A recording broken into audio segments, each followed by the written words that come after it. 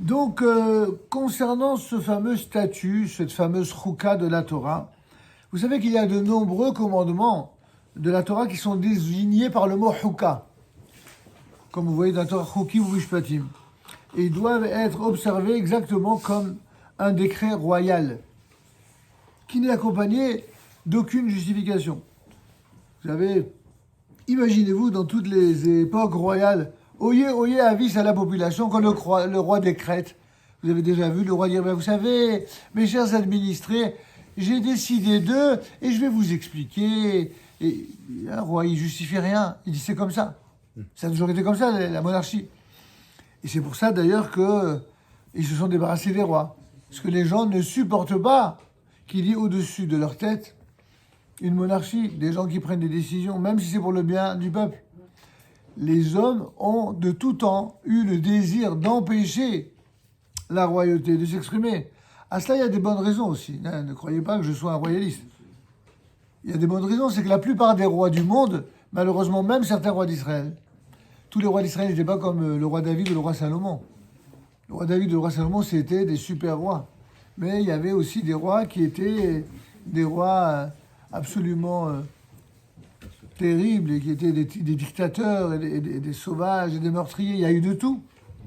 Et donc c'est parce que lorsqu'un roi, il a tout pouvoir de vie ou de mort sur un de ses sujets et qu'il utilise ce droit, et il en abuse pour précisément être inique, alors forcément, il emmagasine dans la conscience du peuple des ressentiments tels que la seule chose dont il rêve, c'est de lui faire la peau. C'était vrai à l'époque, c'était vrai dans des époques plus récentes, mais ne croyez pas que c'est différent en démocratie. En démocratie, il y a des gens qui se prennent pour Jupiter, il y a des gens qui se prennent aussi pour un roi, et ils laissent le bas peuple se la ramener, manifester, faire des contre-pouvoirs, et ils le méprisent jusqu'au jour où éclate une révolution, et boum, allez, le roi, il n'est plus là. C'est comme ça a toujours été comme ça, ce sera toujours comme ça. Un roi n'est aimé et n'est respecté que lorsqu'il est exemplaire. C'est justement ce que nous, peuple d'Israël, devons comprendre dans notre devoir, notre propre devoir d'exemplarité par rapport aux nations. Cependant, dans la plupart des cas, la raison profonde de ces fameux statuts chukim, ça a été révélé aux sages de génération en génération, les plus grands maîtres d'Israël, transmis oralement de maître en disciple depuis notre maître Moïse. Toutefois, en ce qui concerne la fameuse Para Adouma, la fameuse vache rouge dont on a parlé précédemment, la Torah nous dit, voici le statut de la Torah. Zot Chukat Torah. De cette loi, plus que toutes les autres, la raison humaine ne peut en comprendre tous les détails. Et ce en particulier les cendres de la vache rousse qui, bien que purifiant les personnes souillées par un mort, rendent impurs quiconque les manipule, ne fût-ce qu'en touchant l'eau lustrale. Selon la tradition, le roi Salomon, le roi dont on dit qu'il était le roi le plus sage et le plus érudit qu'on n'ait jamais connu, eh bien, lui qui a compris le sens de tous les commandements de la Torah, il a déclaré au sujet de cette loi de la vache rousse, Amalti ehgema vehi rechoka mimeni, je pensais m'être de la sagesse. Je croyais être devenu sage. C'est ce que tout le monde dit. Mais je vois que la sagesse, elle est loin de moi. Quand est-ce qu'il a dit ça? Lorsqu'il est arrivé sur le cas spécifique de cette loi de la vache rousse. Ainsi s'exprime-t-il dans le 7e chapitre de l'Ecclésiaste de Kohelet, au verset 23. Le Midrash Tanhuma nous dit au nom de Rabbi Yosef ben Hanina, Dieu n'a révélé qu'à Moïse lui-même le sens de cette fameuse chouka. Il n'y a que Moshe qui savait. Alors s'il en est ainsi, comment ça se fait que quand vous ouvrez les commentaires sur la paracha, dans toutes les langues, une des mitzvot les plus commentées, c'est justement celle de la vache rousse. On est en train de dire que on n'arrivera pas à en connaître le secret, et pourtant c'est celle qui a été le plus commentée. C'est étrange. Pourquoi? De ce fait, le Satan et les nations pourraient se moquer d'Israël en disant « Mais c'est quoi ce commandement? C'est quoi ces balivernes? C'est quoi cette règle de sorcellerie? Quel en est le motif? C'est pour couper court à ces critiques qu'il est écrit, disent nos maîtres, « Chukat Torah, ça, c'est un décret émanant de moi. » C'est-à-dire Dieu qui parle, et tu n'as pas le droit de le contester, de le critiquer. Tu ne comprends pas, c'est pas grave. Tu dois, par cette mitzvah, au moins, tu dois comprendre qu'est-ce que ça signifie la vraie foi en Dieu. La foi en Dieu, elle doit être nourrie, c'est vrai, par des explications rationnelles. On le fait à longueur d'année pour toutes les mitzvot de la Torah. Oui, il y a une mitzvah de rechercher la signification de toutes les mitzvot. Mais en même temps, il faut savoir qu'il y a une catégorie de mitzvot, plus limitée, qu'on appelle les chokim, où même si nos sages ont effectivement donné des explications, elles ne sont là que pour nous donner goût à la mitzvah, pour qu'on l'accepte, parce qu'un être humain, il a besoin d'avoir une explication. Mais tout en sachant que ce n'est pas ça la vraie raison. Surtout en ce qui concerne la loi de Chukat Torah, c'est-à-dire de la Para Aduma.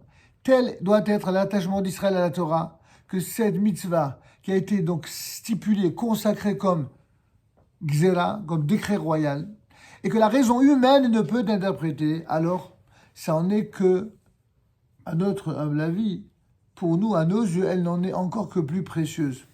Si vous voulez comparer, ça peut paraître osé, mais ça peut être aussi très sentimental ce que je vous dis là.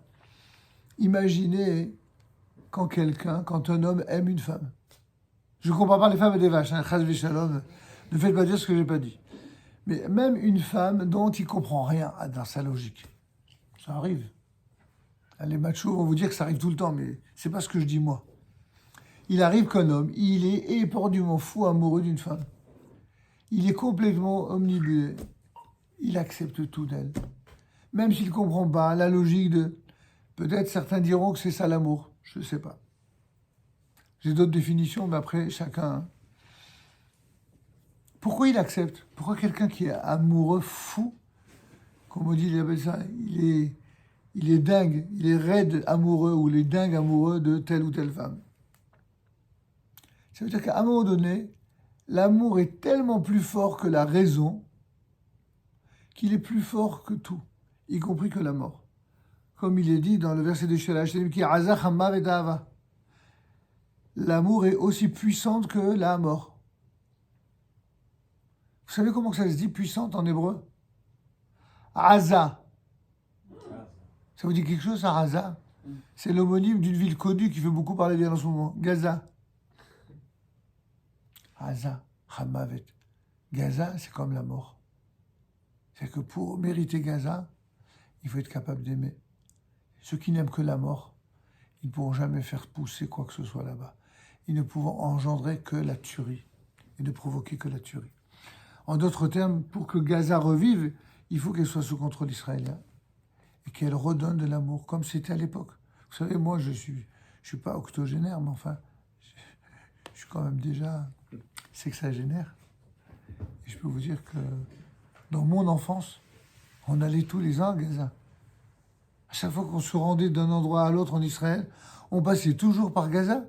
À l'époque, c'était sous contrôle israélien, même si on savait qu'il y avait une population musulmane et nomade qui était plus ou moins majoritaire. Et ça se passait très bien, contrairement aux fadaises qu'on raconte aujourd'hui. Ça se passait très bien. D'ailleurs, ils étaient heureux quand on passait. On était les seuls clients. Tu parles qu'ils étaient heureux. On allait là-bas, on achetait les melons, on achetait les pastèques, on achetait tout ce qu'on pouvait manger qui était cachère. Il y en avait même qui ont poussé le bouchon à avoir tout cachère, carrément. Parce qu'ils savaient, les autres clients, c'était des clients juifs. Ils étaient contents. Ah, salam alaikum, j'ai connu ça à Gaza. C'est tout le contraire de ce que les fadaises qu'on nous raconte ici en Europe. C'est une bande d'abrutis qui racontent n'importe quel mensonge incroyable. À force de mentir, on finit par être convaincu. Donc, l'attachement d'Israël à la Torah, que cette mitzvah stipulée comme décret royal, c'est cela. Il y a des choses comme ça. Rappelons par exemple la Midrash, qui est citée par Rashi dans son commentaire sur la paracha, et qui nous dit pour quelle raison la Torah a-t-elle ordonné d'apporter une vache comme sacrifice expiatoire, alors que les sacrifices expiatoires qui sont apportés au nom de la communauté sont toujours de sexe mâle. Et là, vache, c'est sexe féminin, femelle. C'est bizarre. Pourquoi cette différence?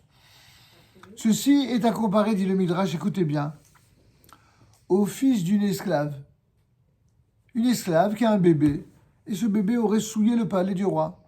Comme tous les bébés du monde, il il y a la couche qui fuit. Et puis, on se compte, le palais du roi qui est souillé par quoi? Par la pipi et tout le reste d'un bébé. Ah, tu vois pas l'histoire, c'est un bébé. Sauf que pour le roi, pour le service du roi, c'est déjà... Alors, on va ordonner à sa mère de venir nettoyer la souille. Réo, occupe-toi de ton fils, viens nettoyer sa saleté. Eh bien, ici, c'est l'image. La vache doit venir expier une faute. Laquelle? La faute du veau d'or.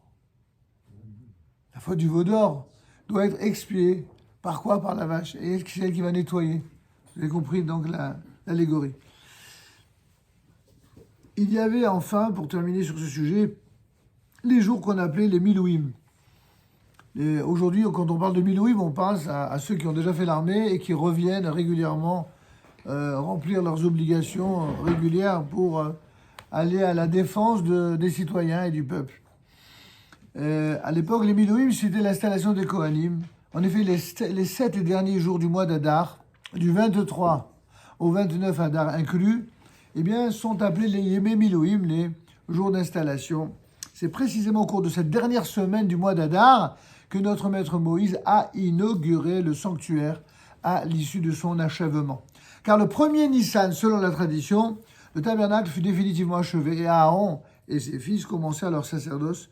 Les 7 jours précédents, ce fut Moïse qui, à lui tout seul, fit ce qu'on appelle toute la ravoda, le culte, dressant chaque matin le tabernacle et le démontant chaque soir. Il fut ainsi le pontife pendant ces 7 jours. Et donc de même, à la fin des temps, nous disent nos sages, lorsque le Messie, lorsque le Mashiach arrivera. Vous croyez qu'il va arriver le Mashiach? Ben Messie. C'est pour ça qu'on l'appelle Messie. Il viendra alors. De quelle manière ça après? Les gens, ils adorent les vidéos sur Messie. J'ai vu ça, que c'était les vidéos les plus vues. C'est le Messie.